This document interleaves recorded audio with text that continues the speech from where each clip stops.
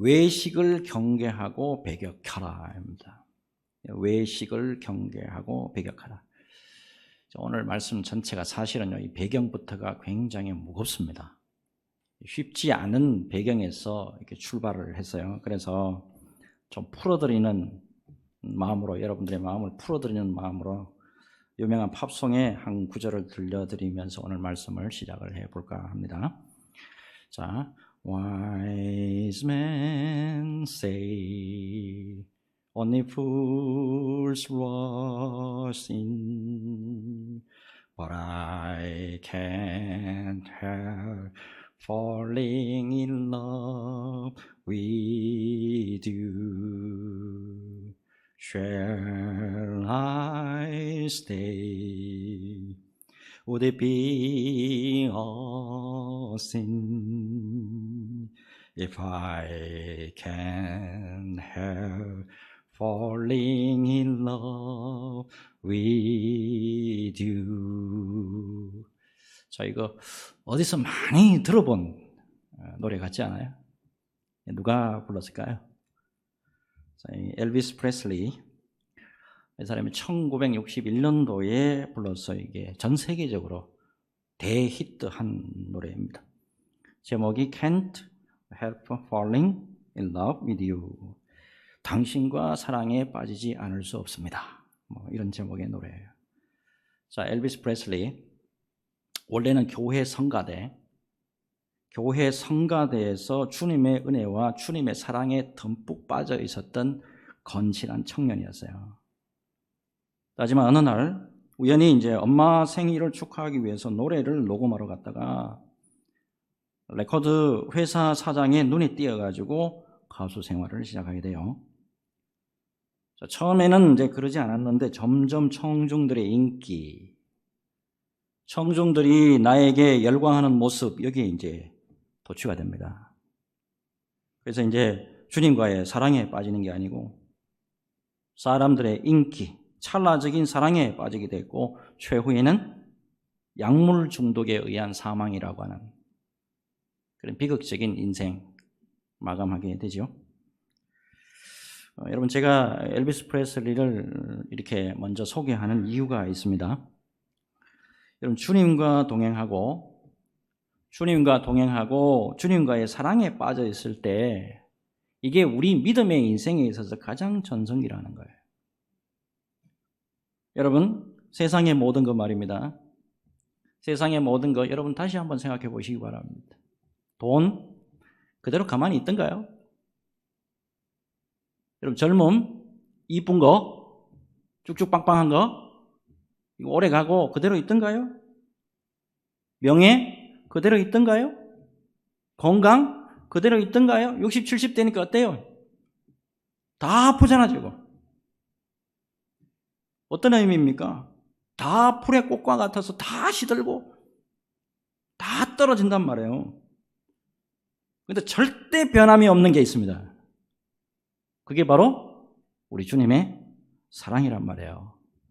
그래서 여러분, 우리 주님과 동행하고 주님의 사랑에 매여 있으면서 언제나 은혜 속에 있는 게 이게 가장 믿음의 사람으로서 참된 행복인 줄로 믿습니다. 이 행복 속에서 언제나 승리하는 저와 여러분 모두가 되시기를 예수 그리스도 이름으로 축복합니다. 자, 이제 계속해서 매주일 누가복음에 나타난 우리 예수님의 공생애의 모습 살펴보고 있는데, 지난 주일 말씀은 이거였잖아요.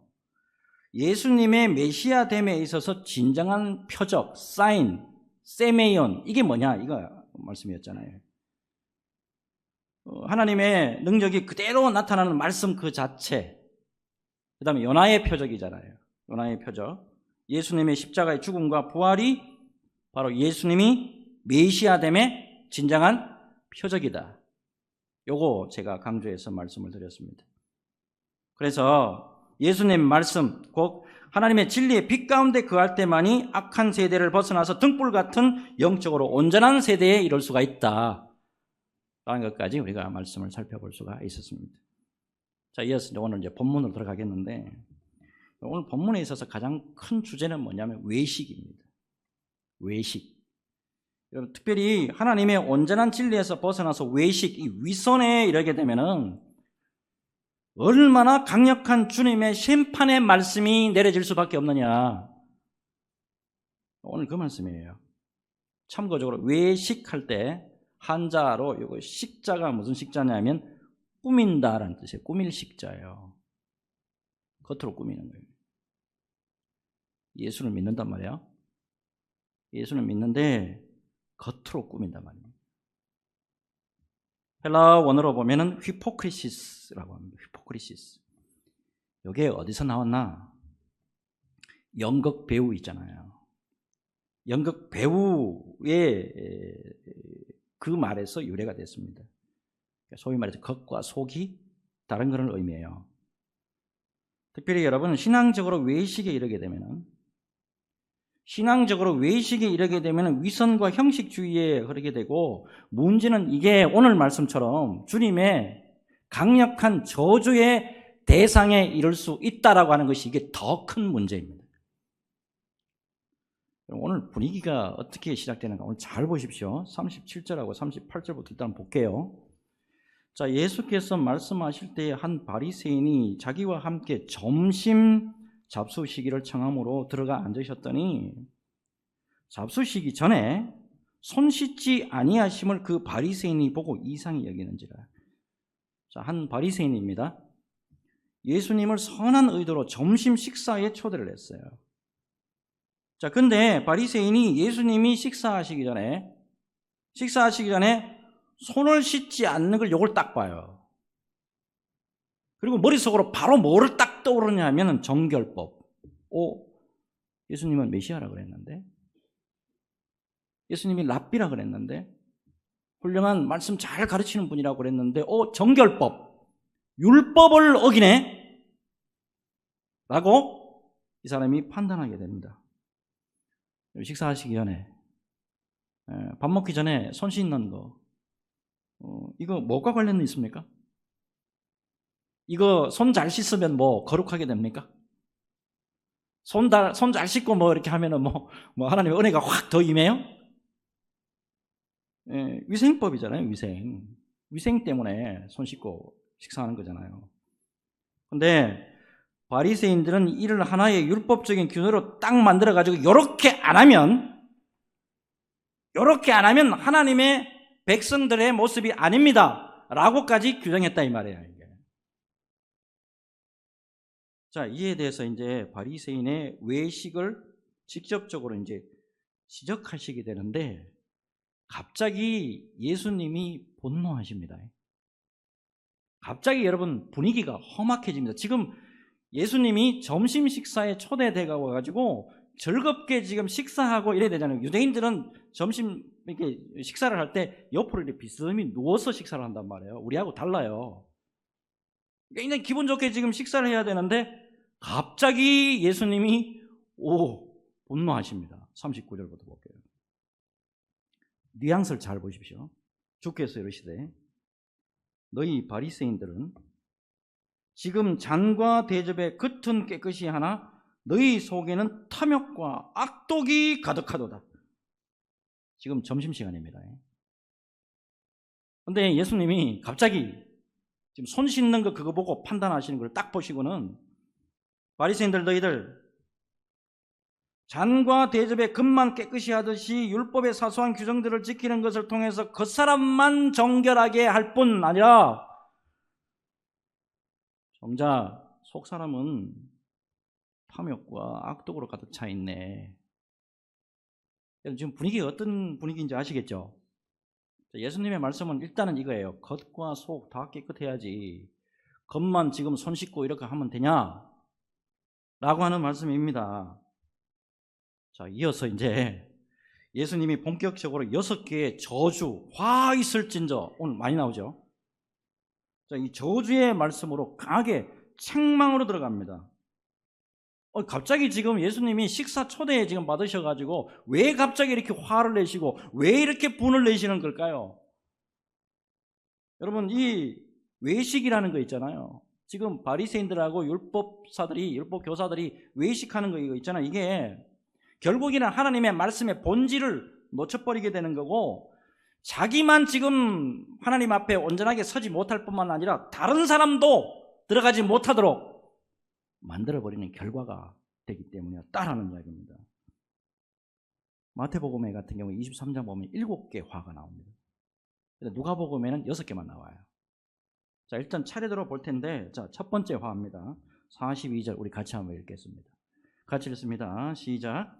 화 있을진저 너희 바리새인이여 너희가 박하와 운양과 모든 채소의 11조는 들이되 공의와 하나님께 대한 사랑은 버리는도다. 그러나 이것도 행하고 저것도 버리지 말아야 할지니라. 아멘. 자, 여기 보면 너희가 박하와 운양과 모든 채소의 11조는 들이되 그랬습니다. 여러분 11조 신명기 14장 23절 신명기 14장 23절에 명확하게 나와 있습니다. 자, 하나님 앞에 11조는 토지 소산과 가축의 처음 나는 소산으로 드려라. 정확하게 나와 있습니다. 특별히 토지 소산은 곡식과 포도주와 기름. 자, 곡식과 포도주와 기름, 이게 토지 소산. 그리고 가축의 경우에는 소와 양의 처음 난 거.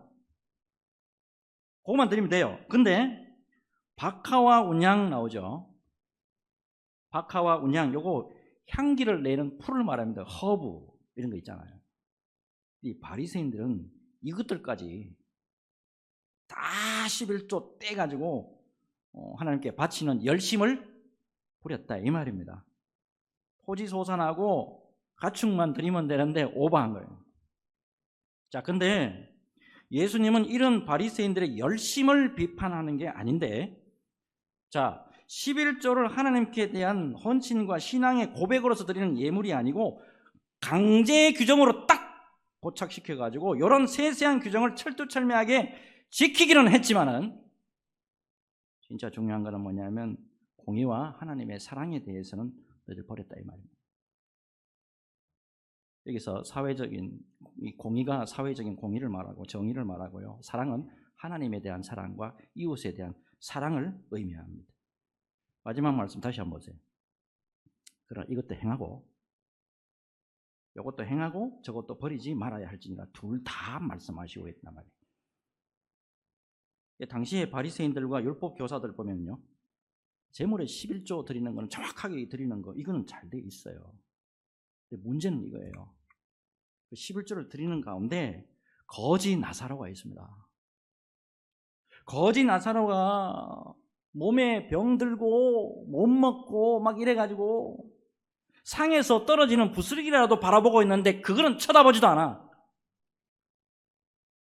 그게 바로 외식 아니냐는 거예요. 정작 회복돼야 될 게 뭐냐? 거칠게 하는 그게 아니고 하나님이 기뻐하시는 사랑이 뭐냐? 이거를 바라보란 말이에요. 자, 두 번째 화 말씀이죠. 자, 43절입니다. 교만과 명예욕에 사로잡혀 있는 외식입니다. 예수님이요, 정확하게 사람들 다 들여다보십니다. 43절은 보세요. 화 있을진저 너희 바리새인이여 너희가 회당의 높은 자리와 시장에서 문안받는 것을 기뻐하는도다. 자꾸 높아지려고, 자꾸 인정받기를 원하는, 안 그런 척 하면서도 그거 바라고 있는 거야. 예수님이 날카롭게 지적하신다. 세 번째 44절이죠. 화 있을진저 너희는 평토장한 무덤 같아서 그 위를 밟는 사람이 알지 못하느니라. 평토장했다. 이 무덤을 평평하게 했다는 거예요. 이 평토장에 해당하는 요 원어가 뭐냐 하면 보이지 않는 이런 뜻입니다. 보이지 않는 무덤이기 때문에 때로는 그 하얀색으로 회칠을 해놔요. 여기를 밟게 되면 정결법에 일단 무덤을 밟게 되거나 무덤에 대해서 앉기나 이렇게 하면은 정결법에 일단 위배가 되기 때문에 회칠을 이렇게 해놔요. 근데 이 회칠을 오래 해놓으면은 회가 당연히 사라지고 없어지는 거예요. 그러면 나도 모르게 거기 가가지고 밟기도 하고 앉기도 해서 정결법을 어길 수 있다라고 하는 거예요.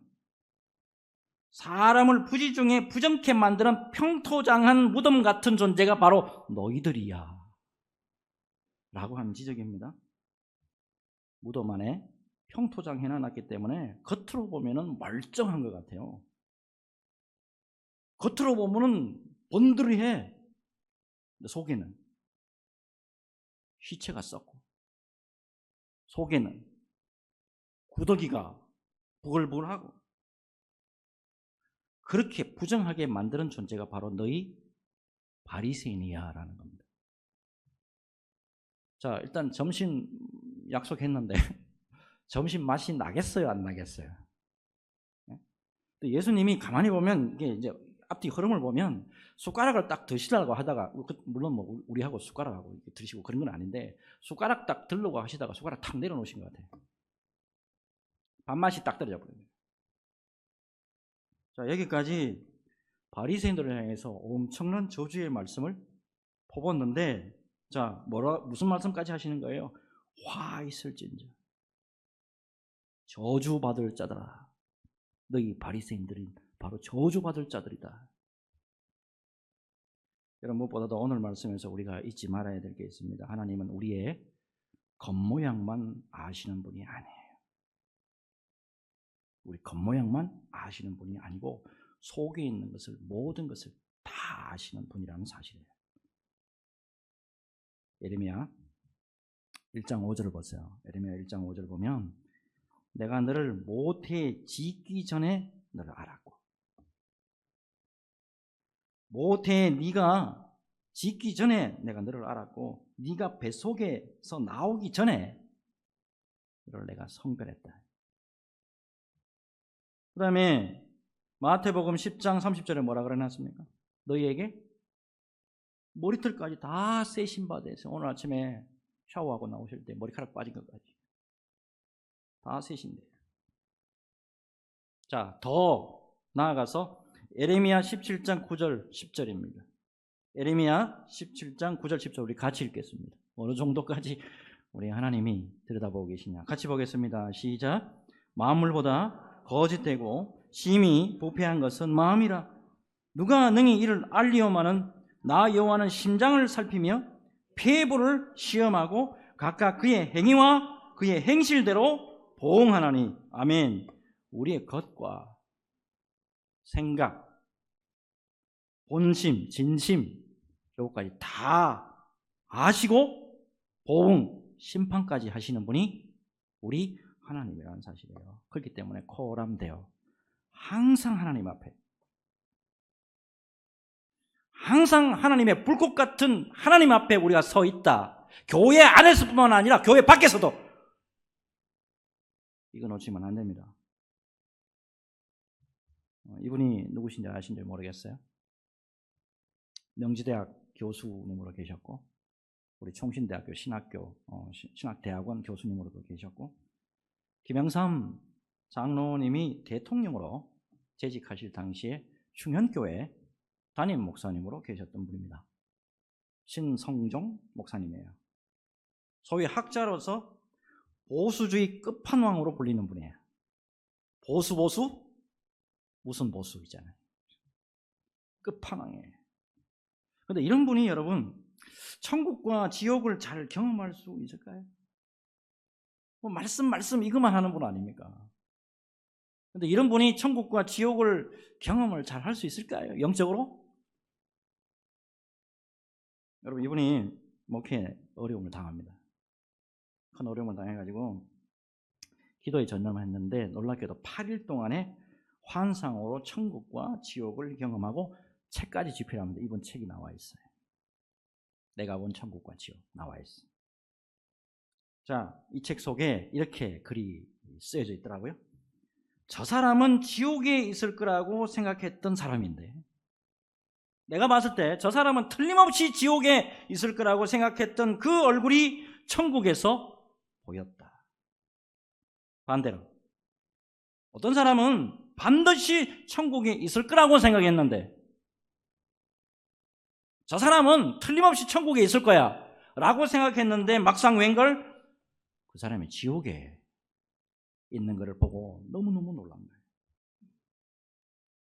그리고 제가 이 책을 읽다가 무슨 생각이 들었냐면 이거예요, 여러분.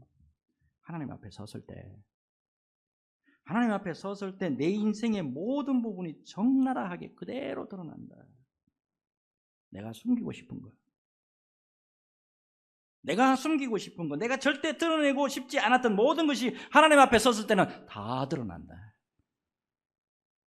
라는 것을 이 책을 읽으면서 제가 깨달았습니다. 여러분, 우리의 겉과 속을 모두 심판대에서 심판하시는 분이 하나님이십니다. 여러분, 믿음 생활 하시면서 그래서 하나님 앞에 늘 두렵고 떨리는 마음으로 우리의 구원을 이루어가는 그런 믿음의 모습, 성화되는 모습이 있어야 된다라고 하는 사실입니다. 그렇기 때문에 항상 예수 믿으면서 진실함에 집중해야 되는 거예요. 주님 앞에 진실하고 신실하게 살아갈 때 주의 성령께서 우리의 연약함을 도와주시고 우리의 기도에 응답해 주셔서 끝까지 우리의 길을 잘 가도록 도와주실 줄로 믿습니다. 이 믿음으로 승리하는 저와 여러분 모두가 되시기를 예수 그리스도 이름으로 축복합니다. 자, 이제 나머지 세 가지 화입니다. 자, 46절에 이러시되 화 있을진저 또 너희 율법사여 지기 어려운 짐을 사람에게 지우고 너희는 한 손가락도 이 짐에 대지 않는도다. 지기 어려운 짐 했죠. 율법 교사들이요, 율법에는 없는데 자기가 임의적으로 만들었어. 몇 개를? 613개.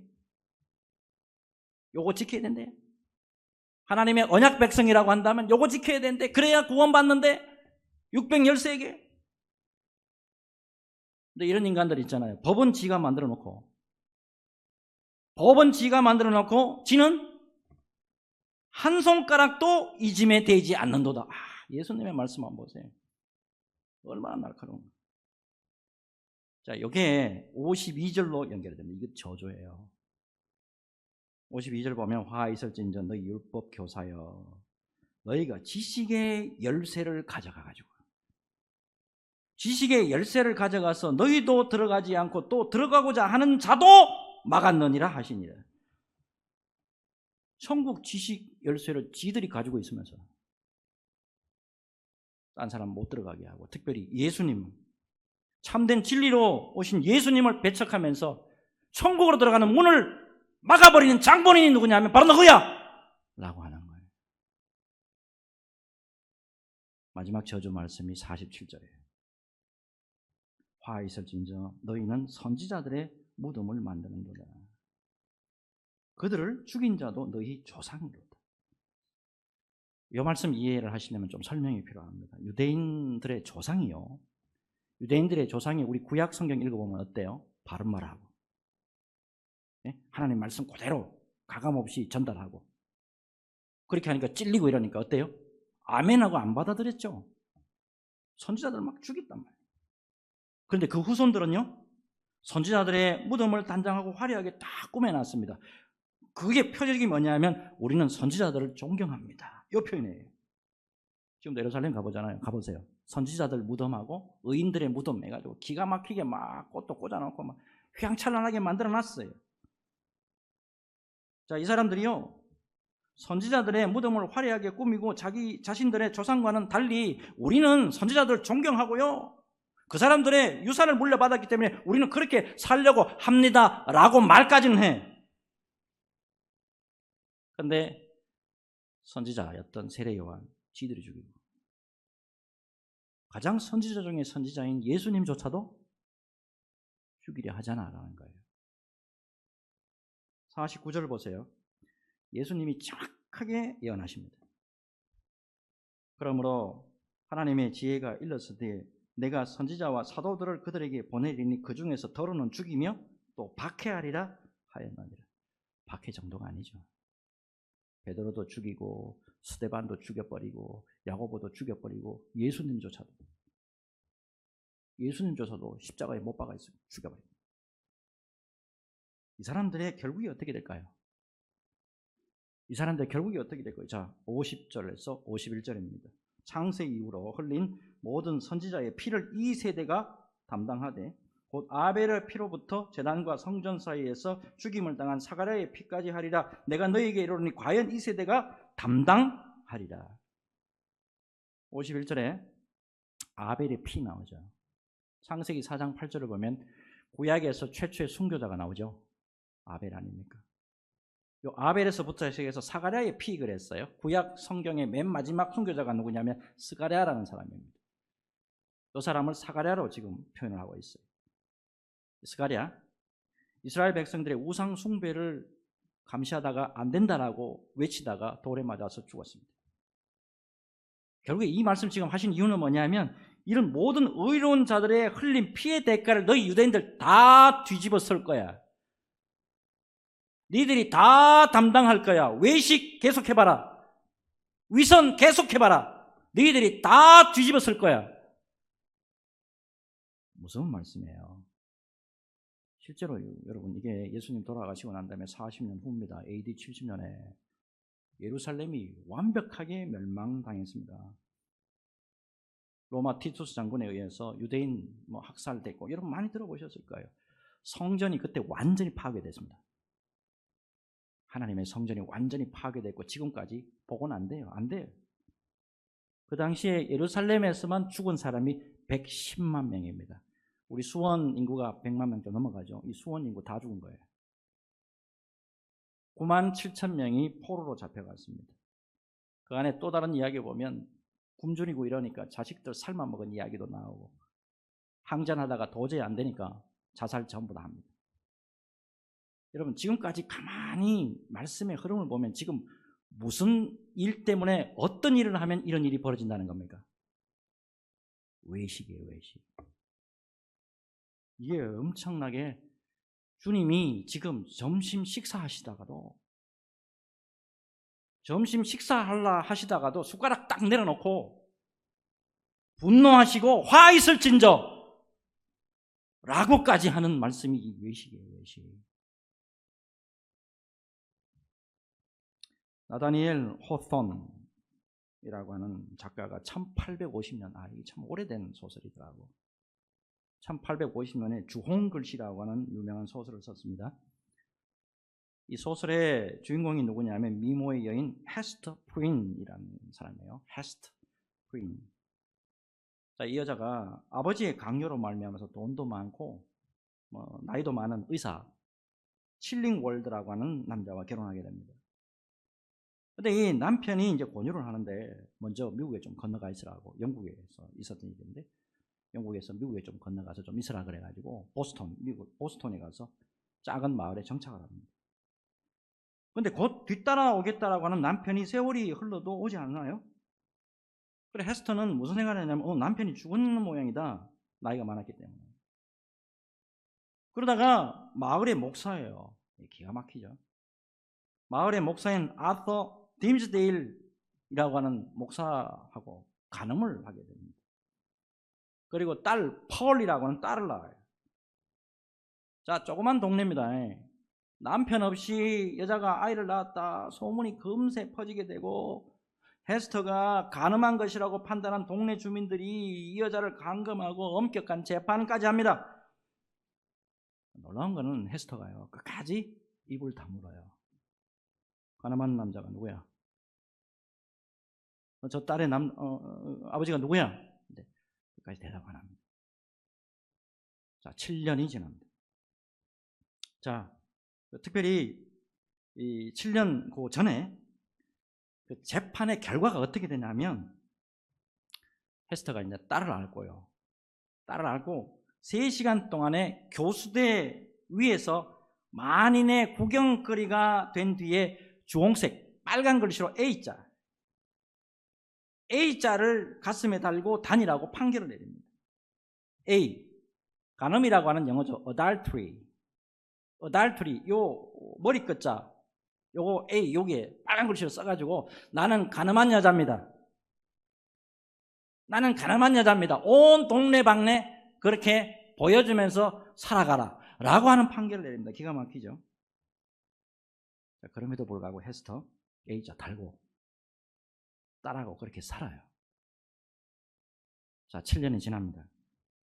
자, 헤스터가 교수대에 섰던 바로 그 자리에서 딤스데일 목사가요. 이 딤스데일 목사가 마을 축제를 시작하는 설교를 합니다. 그리고 설교를 마친 딤스데일 목사가 갑자기 헤스터와 그의 딸의 이름을 부르면서 바로 내가 그 가늠한 상대입니다. 바로 내가 그 사람입니다. 라고 외치고는 양심의 가책 속에 살아온 자신의 죄를 고백하고 난 다음에 그 자리에서 죽어요. 주홍글 씨의 소설은 이렇게 끝납니다. 이 소설이요, 이 소설로만 끝나는 게 아닙니다.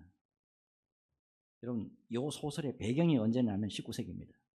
미국의 청교도 신앙이 있잖아요. 미국의 청교도 신앙 하면 우리는 바른 신학한다. 우리는 성경대로 살아간다. 우리는 성경대로만 살아가는 믿음의 사람들이야 라고 자부하는 사람들이 청교도예요. 이 사람들의 허상, 꼬집는 소설이 바로 이겁니다. 가늠한 여인보다 더 위선적인 죄악의 삶을 살면서도 남의 죄를 쉽게 정죄하는 당시의 사람들의 이중성, 외식, 위선, 이걸 고발하는 소설이 바로 이거예요. 청교도 신학 여러분 좋습니다. 그래. 정통 신학 그래 좋아요. 그래. 보수 신학 좋아요. 그래. 근데 삶은 어떠냐?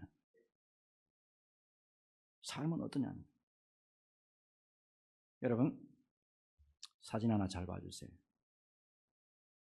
우리는 여러분 믿음의 길을 걸어가고 있으면서 외식과 위선적인 모습은 없을까요? 겉과 속이 똑같을까요? 여러분 오늘 본문 말씀이 우리에게 주시는 교훈 이거 여러분 잘 새기셔야 됩니다.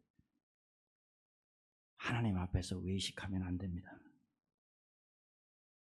여러분 하나님 앞에서 거칠어야 하고 형식주의에 흐르는 경건의 모양은 있어요. 목사라고 하는, 중직자라고 하는, 집사와 성도라고 하는 경건의 모양은 있어. 근데 능력은 없어. 경건의 능력은 없어요.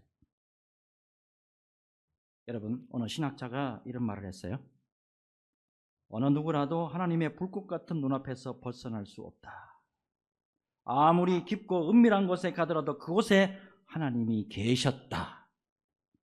아무리 은밀한 곳에 가서 숨으려고 했지만 거기에도 하나님이 살아서 계셨다.